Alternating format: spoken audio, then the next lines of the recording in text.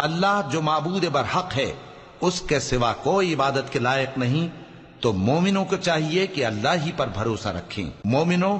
تمہاری بیویوں اور اولاد میں سے بعض تمہارے دشمن بھی ہیں، سو ان سے بچتے رہو،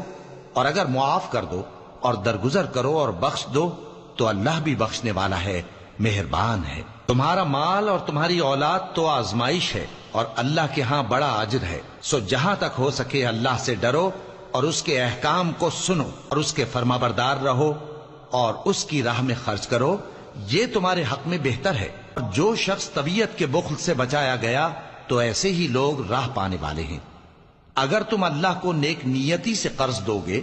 تو وہ تم کو اس کا کئی گنا دے گا اور تمہارے گناہ بھی معاف کر دے گا، اور اللہ قدر شناس ہے، بردبار ہے، پوشیدہ اور ظاہر کا جاننے والا ہے، غالب ہے، حکمت والا ہے۔